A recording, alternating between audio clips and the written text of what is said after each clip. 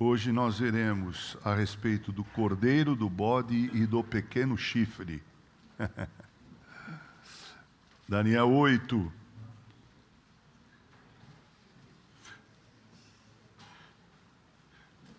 Vamos orar. Senhor, abençoa esse momento de grande importância no culto que te oferecemos. Todos os momentos até aqui foram importantes, edificantes. Mas este é o momento, Senhor, em que recebemos a Tua instrução na Tua palavra. Ouvimos a Tua voz falar aos nossos corações. Abre os corações e os entendimentos. Que haja aprendizado e transformação na Tua palavra, por meio da ação do Teu Santo Espírito, que inspirou a Escritura Sagrada. No nome de Jesus, amém. São 28 versículos. Capítulo de número 8 de Daniel. Acompanhe a leitura que eu farei. No ano terceiro do reinado do rei Belsazar, eu, Daniel, tive uma visão depois daquela que eu tive a princípio. Quando a visão me veio, pareceu-me estar eu na cidadela de Suzã, que é província de Elão, e vi que estava junto ao rio Ulai. Então levantei os olhos e vi, e eis que diante do rio estava um carneiro, o qual tinha 2 chifres. E os 2 chifres eram altos, mas um mais alto do que o outro. E o mais alto subiu por último. Vi que o carneiro dava marradas para o ocidente e para o norte e para o sul. E nenhum dos animais lhe podia resistir, nem havia quem pudesse livrar-se do seu poder. Ele, porém, fazia segundo a sua vontade, e assim se engrandecia. Estando eu observando, eis que um bode vinha do ocidente sobre toda a terra, mas sem tocar o chão. Este bode tinha um chifre notável entre os olhos. Dirigiu-se ao carneiro que tinha os 2 chifres, o qual eu tinha visto diante do rio, e correu contra ele com todo o seu furioso poder. Viu chegar perto do carneiro e, enfurecido contra ele, o feriu e lhe quebrou os 2 chifres, pois não havia força no carneiro para lhe resistir.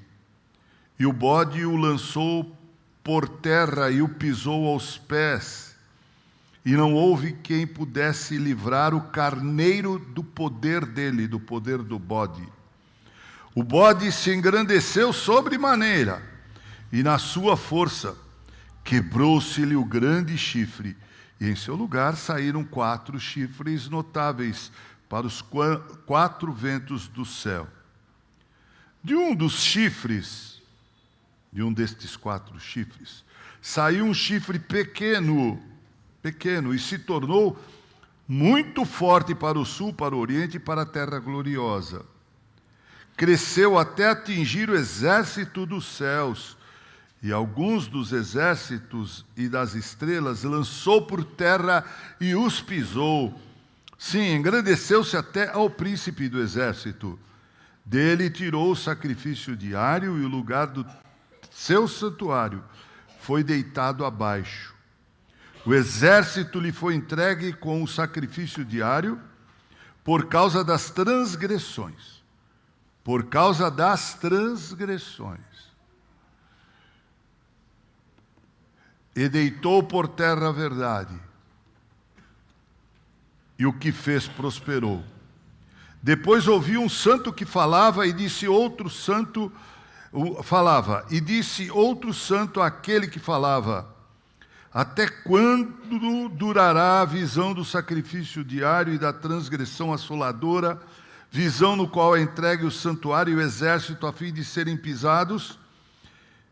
Ele me disse: até 2.300 tardes e manhãs, e o santuário será purificado. Havendo eu, Daniel, tido a visão, procurei entendê-la, e eis que se me apresentou diante uma como aparência de homem, E ouvi uma voz de homem de entre as margens do Ulai, o qual gritou e disse: Gabriel, dá a entender a este a visão.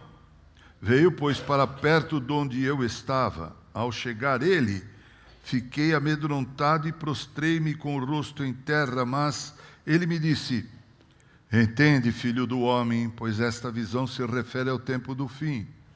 Falava ele comigo quando caí sem sentidos, rosto em terra.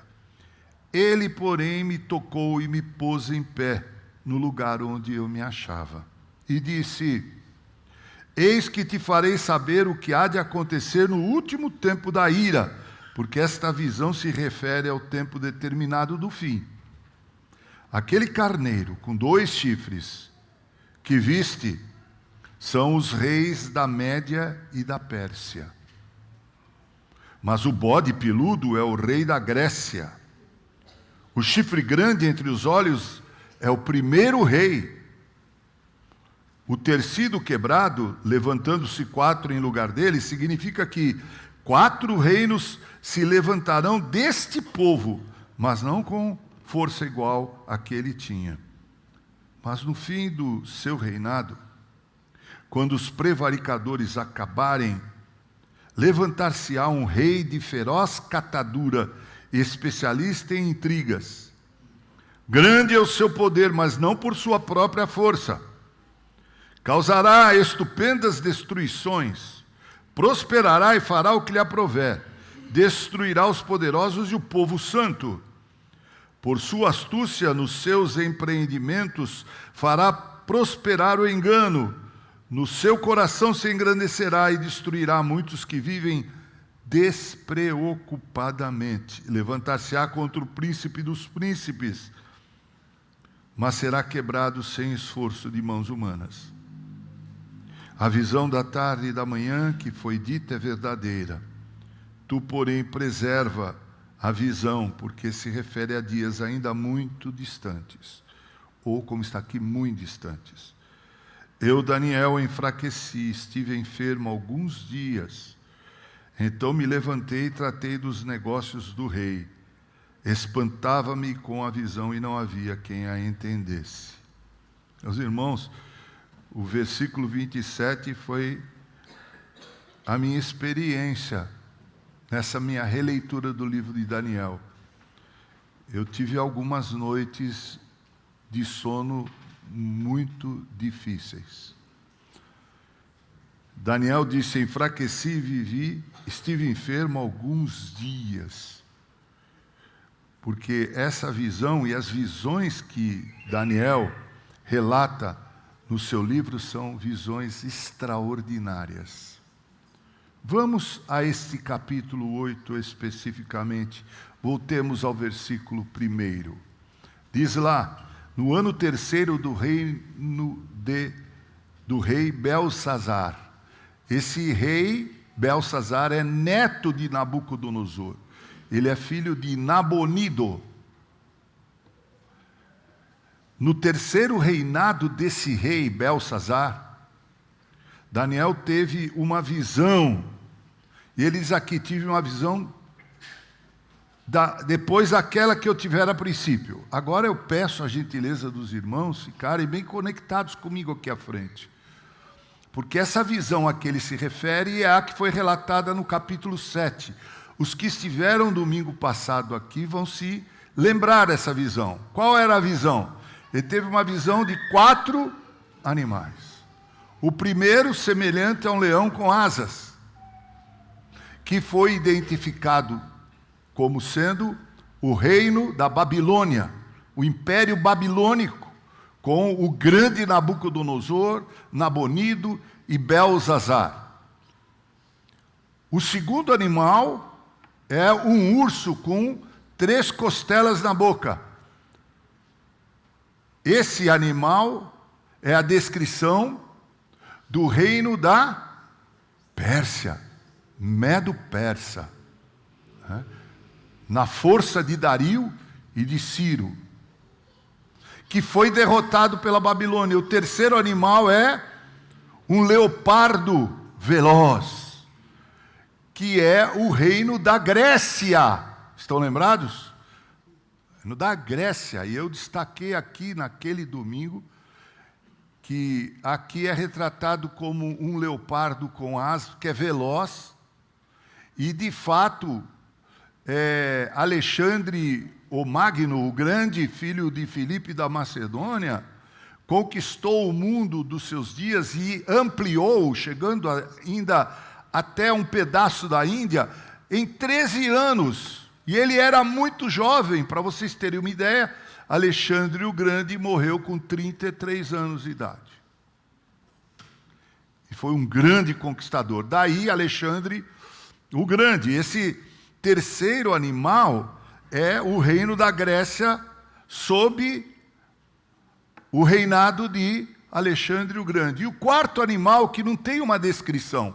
O primeiro é um leão, o segundo um urso, o terceiro um leopardo. Mas o quarto não tem uma descrição definida. Ele é retratado como um animal muito violento. Ele tem 10 chifres, ele tem dentes de ferro, ele tem unhas de bronze. E ele conquista de forma violenta. Esse quarto animal, cuja descrição nós não temos, é nada mais, nada menos que o Império Romano.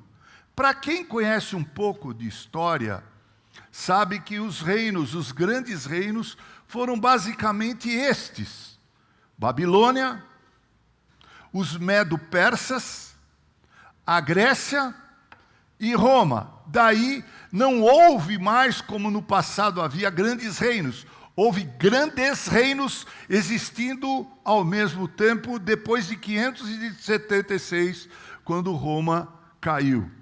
Quando Roma deixou de ser o grande império, pela imoralidade e indecência que era algo marcante nos dias de Roma. Muito bem, essa é a visão a que Daniel se refere aqui no versículo 1, quando ele disse: tive uma visão depois daquela que eu tive no princípio. É a do capítulo 7. Ele vai dizer: quando essa visão, a visão me veio, pareceu-me estar eu em um outro lugar. Me parece que essa segunda visão que ele recebe, ele estava em outro lugar, em Suzã. Levantei os olhos e eis que diante do rio havia um carneiro. E esse carneiro, interessante, ele era um carneiro que tinha 2 chifres. Um era maior do que o outro, sendo que o maior nasceu depois. Cresceu e se sobrepôs ao outro chifre. Era um carneiro com 2 chifres, um maior do que o outro. Aqui nós vimos a revelação de quem é esse carneiro. Quem é esse carneiro? Esse carneiro... quem é? Esse carneiro é o urso, né? Do capítulo 7. O reino Medo-Persa. O reino Medo-Persa, sendo que o chifre maior é o reino da Pérsia, que foi o que sobreviveu depois que os medos foram conquistados. Então veja, há uma conexão entre o capítulo 8 e o capítulo 7, e se você for estudar, for ler aí Daniel, até para a gincana, quando você for estudar o capítulo 2, você verá Daniel interpretando o sonho do Nabucodonosor, do rei, que fala daquela estátua que tinha uma cabeça de ouro, os braços e o tronco de prata, o quadril de bronze, as pernas de bronze, de ferro e barro, com o pé de ferro e barro, e vem uma pedra e destrói essa estátua. Essas 3 visões, elas têm o mesmo sentido, mesma conexão. Por exemplo, do capítulo 2, fique atento, para depois você não dizer: o sermão não foi bom. Não foi bom, não é assim. É que é difícil expor isso. Você precisa ficar atento, né? Por exemplo, na estátua do capítulo 2, o reino persa é representado pelo quadril. Pelo quadril. Pelo quadril não, pelo tronco. Isso, peitoral e braços, que são o medo e o persa. Ok? Aqui no capítulo 8, o que é que nós encontramos a mais? Esse é um carneiro que representa o urso do capítulo 7. É o reino Medo-Persa. E há uma descrição, esse reino é poderoso, ele conquista. E foi assim mesmo. O segundo animal que é visto aqui, qual é? É o bode. É o bode, né? E diz que esse bode vem, eu fiquei imaginando como é que ele veio, porque ele não veio andando, correndo, ele veio como que levitando, como que planando, e veio rápido, e veio com velocidade, e veio com ferocidade, e ele tinha um chifre só. Um chifre só.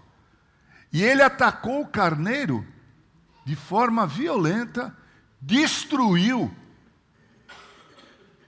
o carneiro. Esse bode representa quem? O reino da Grécia. O chifre desse carneiro é Alexandre o Grande. Então ele vem e derrota, como na própria história está descrito, ele derrota o reino Medo-Persa.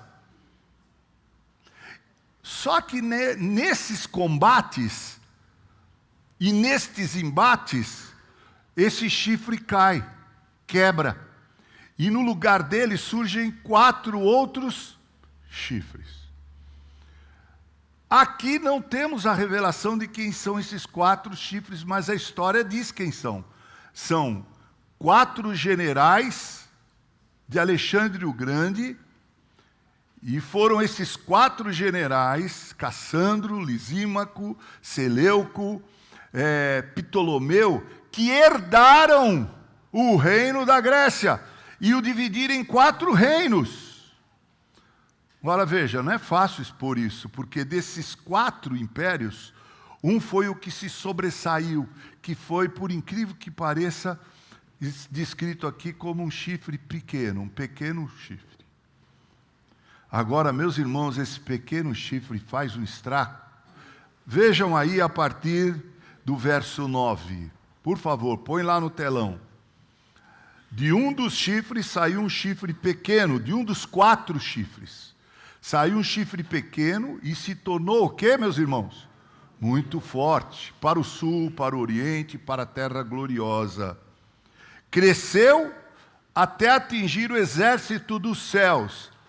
Aí, na minha interpretação, Daniel está falando do povo de Deus. Israel, na verdade, do povo de Deus, o povo judeu. Deixa-me dizer uma coisa para vocês. Até o capítulo 7, o livro de Daniel foi escrito, na sua grande parte, na língua aramaica, caldaica. A partir do capítulo 8, o livro de Daniel é escrito em hebraico. Porque aqui, Deus quer, usando Daniel e as revelações através de Daniel, advertir o povo judeu quanto ao seu pecado, a sua pecaminosidade, como ele vivia. Veja só, cresceu até atingir o exército dos céus, aqui são os judeus. Esse pequeno chifre, ele cresceu até atingir o exército dos céus.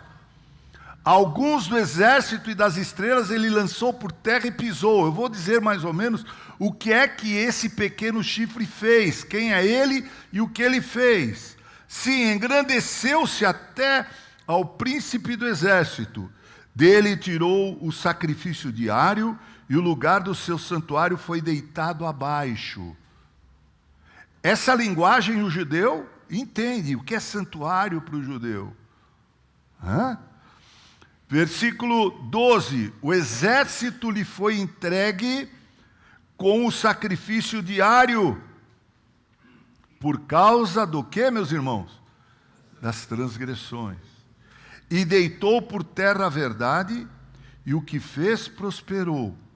Depois ouvi um santo que falava, e disse outro santo àquele que falava: Até quanto durará a visão do sacrifício diário e da transgressão assoladora, visão na qual entregue o santuário e o exército a fim de serem pisados? Ele me disse, até 2.300 tardes e manhãs, e o santuário será purificado. Como eu disse, do chifre do bode que se quebrou, saíram 4 outros chifres. 4 generais da Grécia herdaram o reinado da Grécia. Lisímaco, Seleuco, Lisandro, né? e Ptolomeu, 4 reinos. Desses 4, um adquiriu proeminência, um chifre pequeno. Esse foi saiu do generalato de Seleuco, um camarada chamado Antíoco IV Epifânio. Antíoco IV Epifânio. Esse homem foi terrível contra o povo de Deus, contra os judeus. Veja o que ele tentou fazer. Esse pequeno chifre, mas com grandes pretensões. Ele tentou proibir a lei mosaica, proibiu a posse, leitura e ensino da Torá sob pena de morte. Você lê isso no livro apócrifo de Macabeus. Ele tentou abolir a circuncisão, acabar com a circuncisão. Proibiu a circuncisão, o rito essencial da identidade judaica. Mães que circuncidavam seus filhos eram mortas junto com seus bebês, que eram pendurados no pescoço das mães. Esse pequeno chifre, que saiu de um dos 4 chifres, que saíram daquele outro chifre. É chifre que não acaba mais, né, gente? Mas depois, se você for ler e pensar nisso, você vai compreender um pouco melhor. Quarto, ele proibiu o sábado e as festas religiosas. Nós sabemos que os judeus tinham algumas festas, Pentecostes, e outras festas, do tabernáculos, e outras festas. Eles tinham a Páscoa. O que ele fez? Ele proibiu o sábado, que era ponto de honra para o judeu. Ele guardava o sábado. Acabou com o negócio de sábado. O que ele está tentando fazer? Ele está tentando destruir a consciência religiosa do judeu, do povo de Deus. A mesma coisa que Nabucodonosor havia feito quando levou crianças, adolescentes, dentre eles o próprio Daniel, lá para a Babilônia e tentou criá-los no palácio. Tirar da mente daqueles adolescentes a ideia do Deus de Israel. Aqui esse Antíoco IV Epifânio, não esqueço esse nome, né? Vocês não vão encontrar com ele no céu, podem ter certeza. Né? Mas ele é muito importante para a história, porque ele voltará. E eu vou dizer como ele voltará no final da nossa mensagem. Não esse indivíduo mesmo, mas um igual a ele, que tentará fazer a mesma coisa que esse Antíoco Epifânio fez. Ele tentou também instalar a prostituição ritual no templo de Jerusalém. Na verdade, ele construiu um templo, me parece que para o deus Zeus lá, e ele sacrificou uma porca no altar do templo.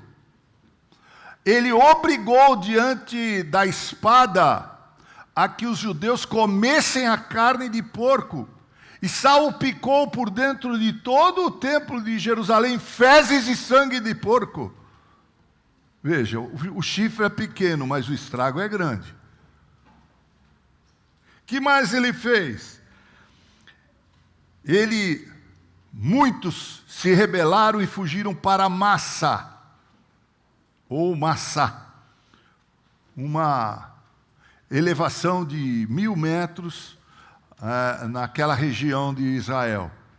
Eu gostaria de fazer a visita para conhecer, eu vejo fotografias disso apenas. É a fortaleza de Massada, na verdade. Muitos fugiram para lá, e ele realizou massacres em Jerusalém, e nas cidades circunvizinhas matando, dizem que ele matou mais de 100.000 judeus. Saqueou o templo de Jerusalém. Isso são coisas que esse tal desse Antíoco Epifânio IV fez, além de tentar helenizar os judeus.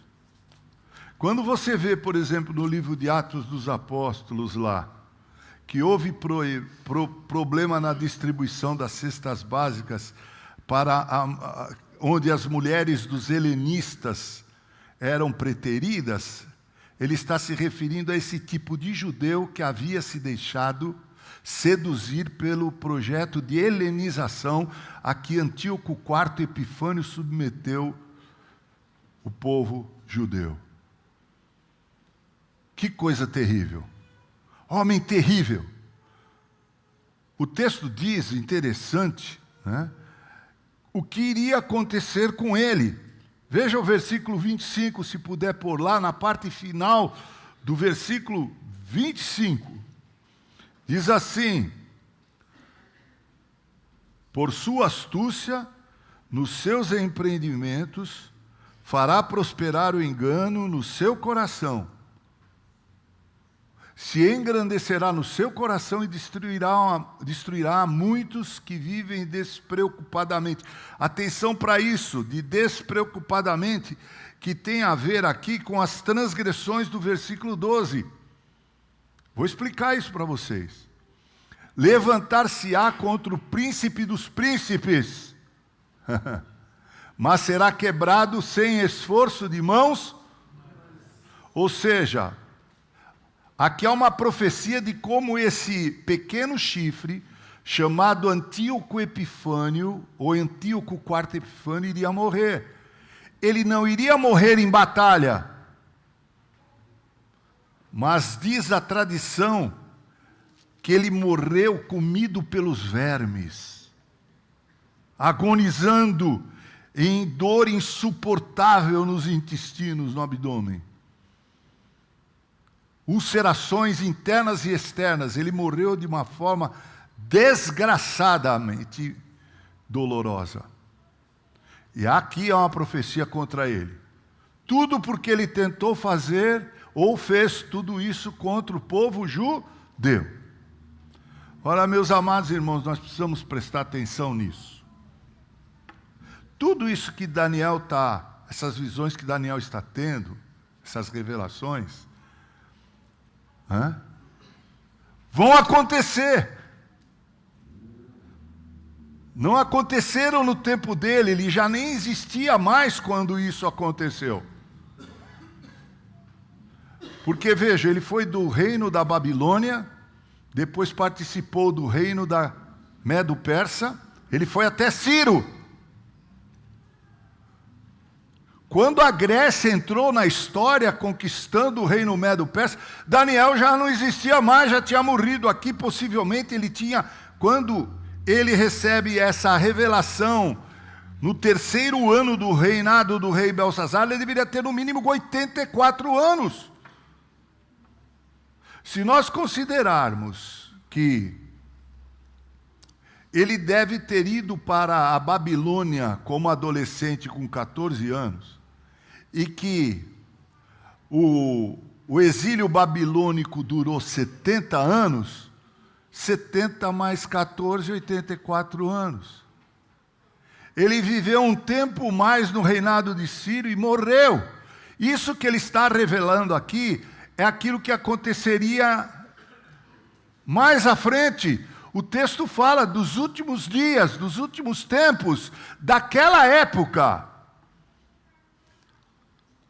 Está falando, portanto, do reino Medo-Persa, do reino grego e do surgimento de um pequeno chifre que iria atacar de forma implacável o povo de Deus. E por que ele iria fazer isso? Está aí no versículo 20, no versículo 12. Vamos ler juntos. Leiamos. O exército lhe foi entregue com o sacrifício diário por causa das transgressões, e deitou por terra a verdade, e o que fez prosperou. Corre o seguinte: o povo judeu sofreu tudo o que eu citei aqui que Antíoco Epifânio fez por causa das suas transgressões. Porque o povo de Deus havia abandonado a palavra. Porque o povo de Deus havia se afastado de Deus. Por causa do pecado e das transgressões. E Deus sempre fez assim. Você, ao estudar o Antigo Testamento, não é uma tarefa fácil por causa da cultura, verá que sempre que o povo de Deus pecou, se deixou levar pela idolatria, Deus enviou uma outra nação que iria penalizar o seu povo. Deus usou, por exemplo, em Abacuque, quando Abacuque reclama da corrupção que havia em Judá, Deus disse para ele o quê? Abacuque, eu vou enviar um povo terrível, que colhe onde não plantou. Eles virão aí e irão passar por cima de todos vocês verão o que é sofrer. E de fato foi o que aconteceu quando Nabucodonosor, o rei da Babilônia, sitiou Jerusalém e tomou Jerusalém no ano 586. E levou para o cativeiro, dentre eles, Daniel. Vocês estão entendendo? Então, recapitulando aqui. Nós estamos no capítulo 8. Vai cair lá vai cair na gincana. Do que é que trata o capítulo 8? De dois animais. Um carneiro com 2 chifres, um chifre maior que o outro. Ele representa quem, meus irmãos? O reino Medo-Persa. O reino Medo-Persa. Que existiu com Dario e com Ciro. O outro animal é um bode com um chifre enorme e notável entre os olhos. E esse bode, ele é poderosíssimo, ele vem e derrota o carneiro. Destrói o carneiro. Só que nesse embate, o chifre quebra. E desse chifre surgem 4 outros chifres, que são 4 generais que saíram do Império Grego, que derrotou os Medo-Persas. E desses 4 generais, tem um que é pequeno, mas é poderoso. Esse quem é? Olha esse nome, não coloque no seu filho, nada disso. Antíoco. Antíoco IV. Ele era tão metido que ele usava o termo Epifânio, que quer dizer manifestação de Deus, epifania. Antíoco, a manifestação de Deus. Antíoco IV Epifânio. Ele é terrível.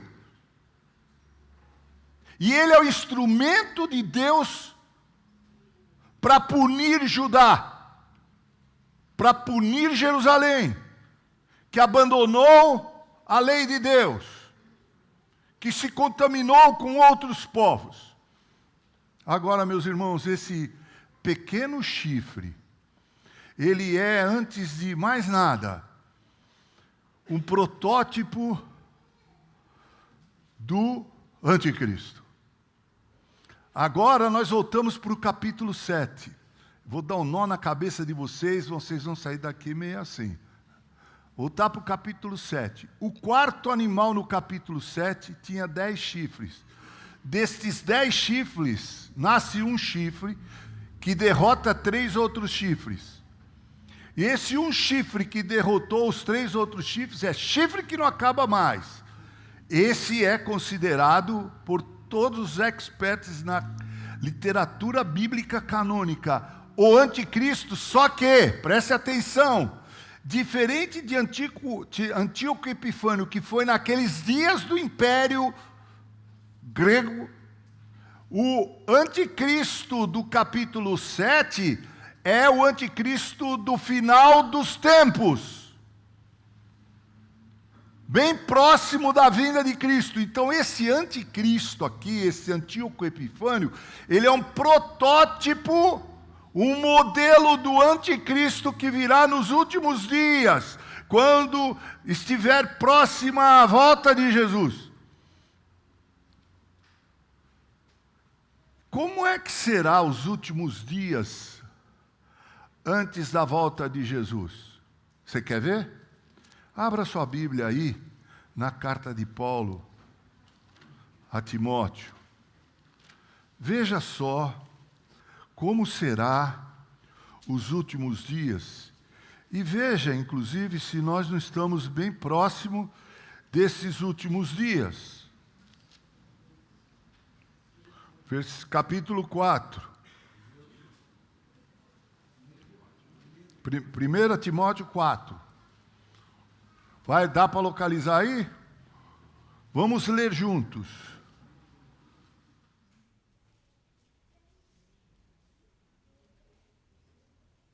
Capítulo 4 de 1 Timóteo. Depois nós vamos ler o capítulo 3 de 2 Timóteo. Porque Paulo está alertando nestes textos a Timóteo como serão o final dos tempos. Vamos ler juntos. Ora, o Espírito afirma expressamente que nos últimos tempos alguns apostatarão da fé por obedecerem a espíritos enganadores e ensinos de demônios, pela hipocrisia dos que falam mentiras e têm cauterizado a própria consciência, que proíbem o casamento e exigem a abstinência de alimentos que Deus criou para serem recebidos com ações e graças pelos fiéis e por quantos conhecem plenamente a verdade. Pois tudo que Deus criou é bom e recebido com ações e graças, nada é recusável. Tá bom aí. Qual é a palavra que mais chama a sua atenção aqui? Para mim a palavra é apostasia. Deixa eu dizer uma coisa para você. Eu sei que você está se esforçando porque você me ama, quer valorizar o meu trabalho. Deixa eu dizer uma coisa para você. Aquele primeiro chifrezinho lá, o Antíoco Epifânio, nos dias dele, Deus puniu o povo de Deus usando por causa da apostasia daqueles dias. Se você analisar como era o judaísmo nos dias de Antíoco Epifânio, Antíoco IV, você vai ver que os judeus estavam longe de Deus. Meus irmãos, paremos para pensar agora nesse pequeno anticristo chamado Antíoco Epifânio, para o próximo anticristo que virá nos últimos dias. Qual é a característica dos últimos dias? Apostasia. Apostasia. O escritor aos Hebreus falou contra a apostasia. E o que é que nós vemos hoje, meus irmãos? Lamentavelmente, nós vemos um cristianismo, igrejas que crescem porque se transformaram em verdadeiros teatros, casas de show. Tem algumas que, se você entrar, você vai pensar que está dentro de um centro de umbanda. É só você ver na internet. E se autodenominam igrejas cristãs e falam em nome de Jesus.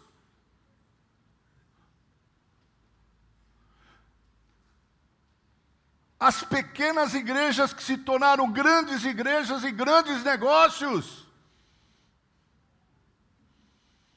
O que é que nós temos hoje?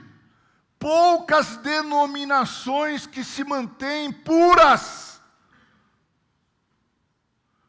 que falam contra o pecado, que falam a favor da santidade, que pregam que o único Salvador é Cristo Jesus, o Senhor, que não mercadejam a palavra. Hoje nós vivemos dias próximos dos últimos tempos. E o anticristo está se aproximando e ele vem para punir a igreja. Vem para punir a igreja. Por isso eu creio que a igreja deverá passar pela grande tribulação, porque ela será testada. É fácil vir aqui cantar, tocar, ir para casa. Mas quando a perseguição começar a acontecer, como aconteceu, por exemplo, com Antíoco Epifânio IV, aqui como está em Daniel 8, o que ele diz? Olha o que ele diz, ó. Cresceu até atingir o exército dos céus, e alguns do exército, está falando dos crentes, dos judeus naqueles dias, e das estrelas lançou por terra e os pisou. Sim, engrandeceu-se até o príncipe do exército, ele tirou o sacrifício diário, ele impediu o exercício da religião de Judá. Meus irmãos, nós começamos com a regulação das redes sociais, daqui a pouco. Eu me lembro que antigamente a gente podia distribuir folhetos. Lembra disso? A gente até colecionava folhetos, não é? Ouse sair aí para distribuir um folheto. Ouse. Ouse identificar-se, por exemplo, se você for trabalhar, for mesário nas eleições, ouse dizer que você é de direita e que é crente. Você será massacrado. Tentarão te expulsar. A mentira prepondera, meus irmãos. Esses dias eu até publiquei um áudio contra a mentira. Mentira, mãe de tragédias.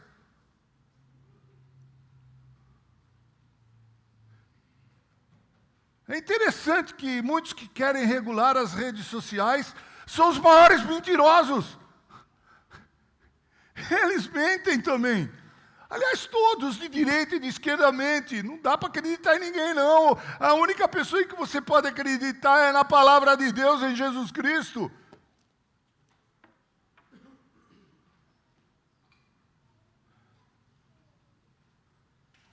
O pequeno chifre do capítulo 8 de Daniel é um protótipo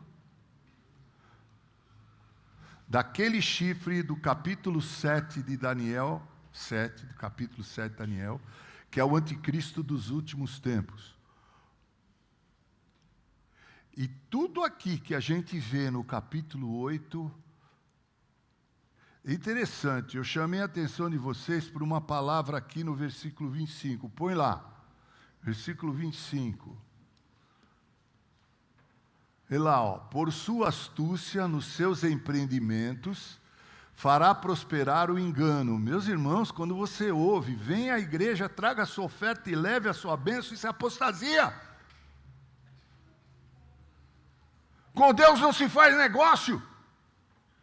Nós somos justificados por causa da justiça que nos é imputada na pessoa de Cristo Jesus. Fará prosperar o engano. Aí você vê o camarada dizer o seguinte, ele disse alguma coisa lá e começaram a aplaudir, pode ver na internet, aplaudir, ele disse, não, o Espírito Santo não quer que vocês batam palmas, o Espírito Santo quer que você nos ajude a pagar as nossas contas.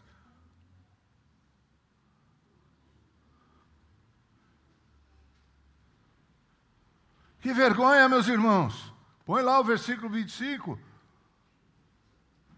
no seu coração se engrandecerá. Veja esses pregadores do Evangelho da prosperidade, meus irmãos. E destruirá muitos que vivem como? Sabe, quando eu li esse texto, sabe o que eu me lembrei? Eu me lembrei daquela palavra que diz assim, que nos últimos tempos as pessoas seriam como nos dias de Noé, casariam e se dariam em casamento. Ou seja, viveriam despreocupadamente, pecando à vontade, sem o mínimo temor de Deus. Meus irmãos, finalizando aqui, saiba de uma coisa: Deus conhece o futuro em detalhes. Eu sei que é difícil a compreensão desse texto, é difícil a sua exposição desse texto. Talvez nós devêssemos voltar a ele numa aula de escola dominical, com perguntas e respostas, para destrincharmos mais isso aqui, para torná-lo mais compreensível. Mas que fique claro para você, que assim como Deus revelou para Daniel o que iria acontecer nos seus dias, iria surgir inclusive um anticristo nos seus dias, chamado Antíoco Epifânio, no capítulo 7 ele já havia dito: haverá um anticristo nos últimos dias, e ele virá para punir o povo de Deus que apostatou.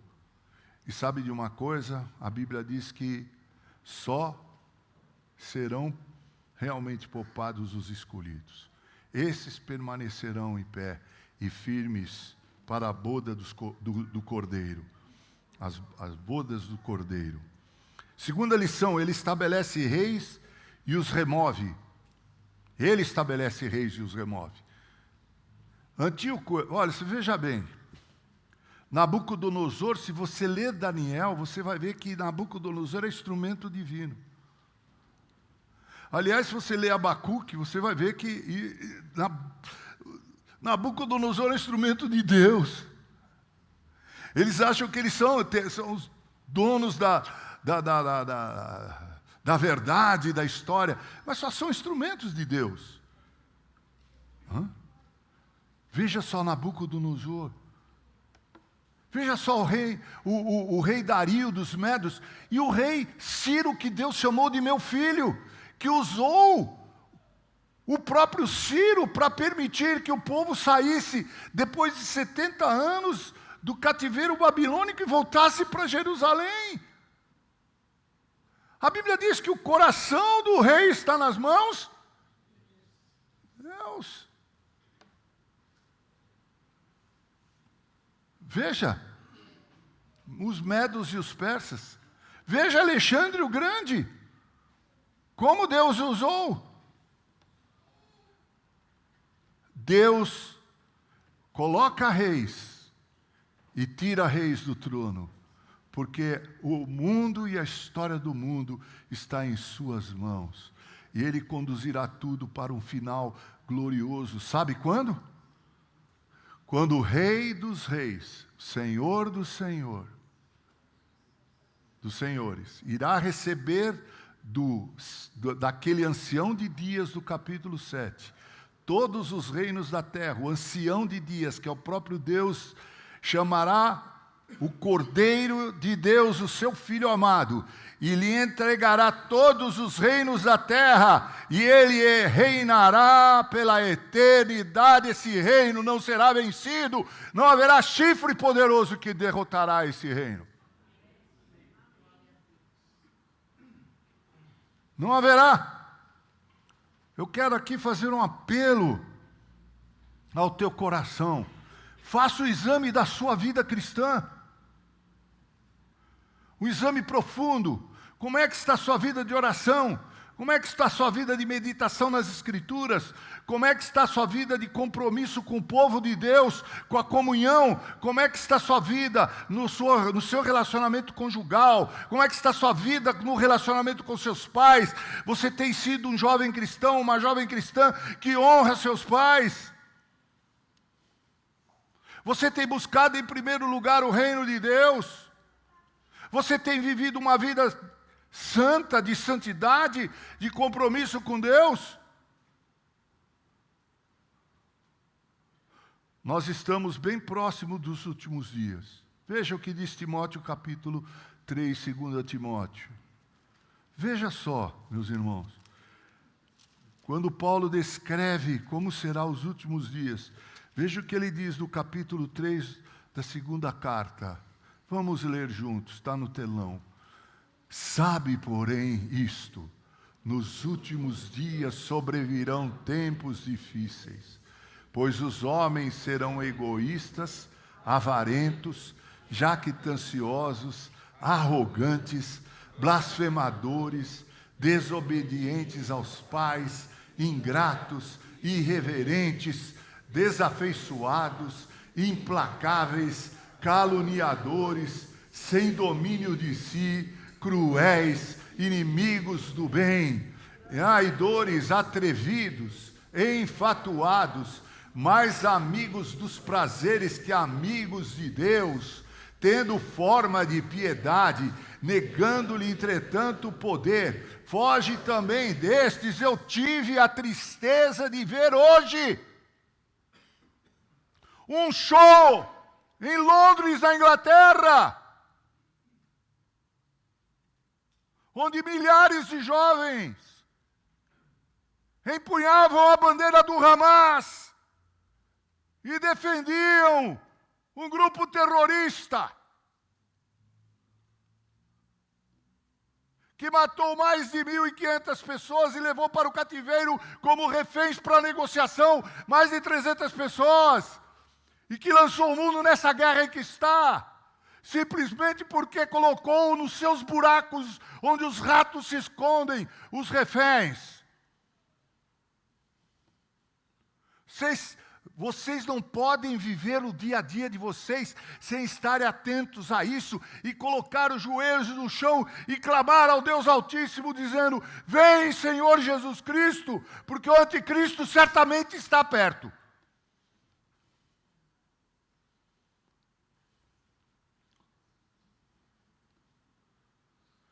Quando nós vemos autoridades brasileiras, se quiser divulgar esse vídeo, pode divulgar. Se não quiser, é melhor não divulgar, senão eu vou sair preso. Vocês vão ter que me visitar no cárcere. Gente, não dá, gente. Quando você vê autoridades brasileiras, e o Itamaraty, que é o órgão de relacionamento do Brasil com as outras nações, apoiar o Irã,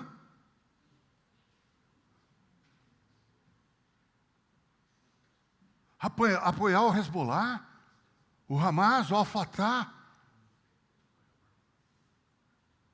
Apoiar é dizer para o jovem que vai para a praça, lá em Londres, e diz: Hamas, vamos destruir os judeus, matar os judeus. Onde está toda a pataquada da vergonha da Segunda Guerra Mundial, com o genocídio de 6 milhões de judeus? Esqueceram? Crente que faz vistas grossas a isso e admite isso, e alguns até que se dizem crentes que fazem parte disso, já estão apostatando há muito tempo.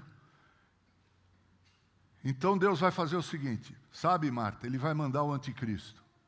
O anticristo vai ser a ferramenta divina, vai ser o azorrague que vai bater nas costas do incircunciso, do cristão relaxado, do apóstata da fé.